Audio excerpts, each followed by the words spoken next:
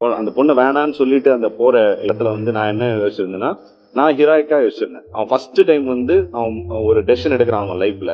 ஒரு பொண்ணை வேணான்னு சொல்றான் அப்படின்னு சொல்லி யோசிச்சிருந்தேன். அவர் என்ன பண்ண சார் வந்து கொஞ்சம் ஒரு ஒரு மாதிரி சோகமா ஒரு ஏதோ மெலோவா போட்டிருந்தாரு. நான் சொன்னேன், சார் எனக்கு இது இப்படி வேணாம் சார். இதான் ஏன் கரெக்டா இருக்கும் அப்படின்னு சொன்னேன்.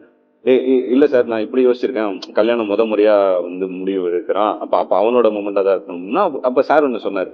நீ வந்து கல்யாணத்தோட எமோஷனை அண்டர்லைன் பண்ண சொல்ற.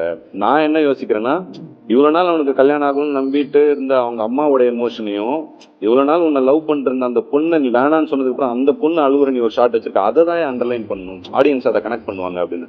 ஸோ எனக்கு அந்த மாதிரி ஒரு 2-3 இடத்துல அவர் அந்த அண்டர்லைன் சொன்னது வந்து எனக்கு வந்து ஐ ஓப்பனர் இருந்துச்சு. ஓகே, அப்ப எந்த மாதிரி எமோஷன்ஸை வந்து எடுத்து நம்ம அதை அண்டர்லைன் பண்ணி என்ஹான்ஸ் பண்ண போறோம் அப்படிங்கிறது வந்து எனக்கு அது ஒரு புது எக்ஸ்பீரியன்ஸா இருக்கு. பட் அது நீங்க 2 விதத்துல பார்க்கலாம்ல. பிகாஸ் இந்த ஃபீல்ட்ல ஆர்ட்ல வந்து எதுவுமே ரைட் ராங்னு கிடையாது. பிகாஸ் நம்மளுக்கு வேணுங்கிறது தான். அது வந்து எது போய் சேருங்கிறது அஃப்கோர்ஸ் அவருக்கு நிறைய எக்ஸ்பீரியன்ஸ் இருக்கா அவர் சொல்றாரு.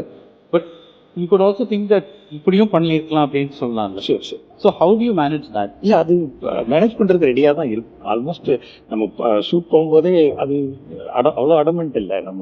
நான் நினச்சது தான் அப்படிங்கிற மாதிரி எந்த இதுவும் இல்லை. அந்த மாதிரி ஒரு விஷயம் நம்ம நினச்சதை விட பெட்டராக இருக்குது, இல்லை நம்ம நினச்சதுக்கு ஈக்குவலாக இருக்குன்னா ரொம்ப ஈஸியாக அக்செப்ட் பண்ணிப்போம். கரெக்டாக நம்மளுக்கும் அந்த புரிதல் இருக்குன்னா இவங்க சொல்கிறது கரெக்டாக இருக்குது. அது மாதிரி நிறையா நடந்தது.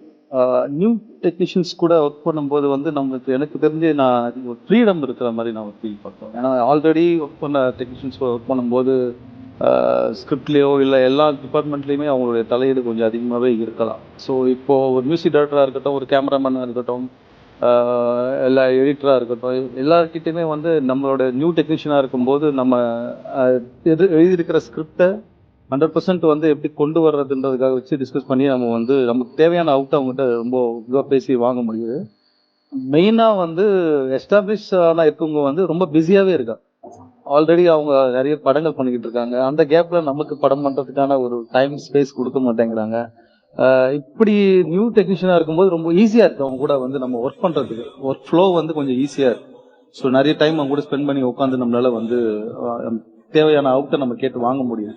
ஸோ அதுதான் எனக்கு கொஞ்சம் ஈஸியாக நான் நினைக்கிறேன். நான் நியூ டெக்னீஷியன்ஸ் கூட ஒர்க் பண்ணல. நான் மட்டும் தான் நியூ. மற்ற எல்லாருமே எஸ்டாப்ளிஷ்டு, ஆல்ரெடி 2-3 படம் பண்ணவங்க. இப்போ தினேஷ் கேமராமேன் வந்து நிறைய பண்ணிட்டாரு, ஷான் ரோல்டன் நிறைய பண்ணிட்டாரு, எடிட்டரே தான் பண்ணிட்டாங்க.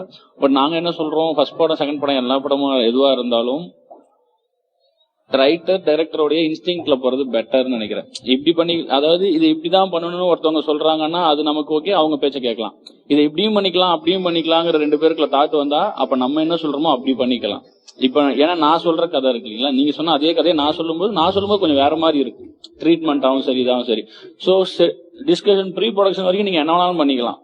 சஜஷன் ஓப்பனா இருக்கலாம், எல்லாம் பண்ணலாம். ஒன் செட்டுக்குள்ள நீங்க போயிட்டீங்கன்னா நீங்க தப்பே பண்ணாலும் கன்சிஸ்டன்டா பண்ணுங்கன்னு நான் சொல்றேன். அந்த தப்பு ஒரு வாட்டி என்ன ஆயிடுனா ஸ்டைலா மாறிடும். அவங்களோட மேக்கிங் ஸ்டைலாவே மாறும். ஏன்னா அப்ப வரைக்கும் அவங்களுக்கு அது தப்புன்னு படும். ஒன்ஸ் அது எல்லாமே ஒரே அந்த தப்புங்க அவங்க பார்வைக்கு தப்புங்கிறது ஒன்ஸ் கன்சிஸ்டன்டா எல்லாத்துலயும் அப்படி வரும்போது கடைசியா என்ன ஆகுனா அவங்க ஃபிலிம் மேக்கிங் ஸ்டைலே அது அப்படிதான் அப்படிங்கிற மாதிரி அது அவங்களுக்கு புரியவே புரியாது. ஃபிலிம் மேக்கிங்னா படம் பார்க்குற வரைக்கும் அவங்களுக்கு புரியாது நம்ம என்ன சொல்ல வரோம், நம்ம என்ன எடுத்திருக்கோம் அப்படிங்கிறது. ஏன்னா இதே மாதிரி படம் சீன் தான் நம்ம வேற படத்துல அப்படி வந்துச்சு, அது நல்லா ஒர்க் ஆச்சேன்னு தான் நம்ம கிட்ட சொல்லுவாங்களே தவிர நான் ஒன்னு ட்ரை பண்றேன்ல அது அவங்களுக்கு புரியவே புரியாது. அது ஈவன் எஸ்டாப்ளிஷ் டெக்னீஷியனா இருக்கட்டும், இல்ல இன்னொரு டெக்னீஷியன் புது டெக்னீஷியனா இருக்கட்டும், அவங்களுக்கு நம்ம விஷன் வந்து பார்க்கும்போது தான் தெரியும். சோ நான் என்ன சொல்றேன்னா, செட்டுக்கு போயிட்டீங்கன்னா தப்போ ரைட்டோ உங்க இன்ஸ்டிங்க்ட் என்ன சொல்றதோ அது செஞ்சிருங்கிறது என்னுடைய இது. அங்க போயிட்டு டபுள் மைண்டாவோ இல்ல நம்ம பண்றது கரெக்டா நமக்குள்ள அந்த டவுட் வரவே கூடாது.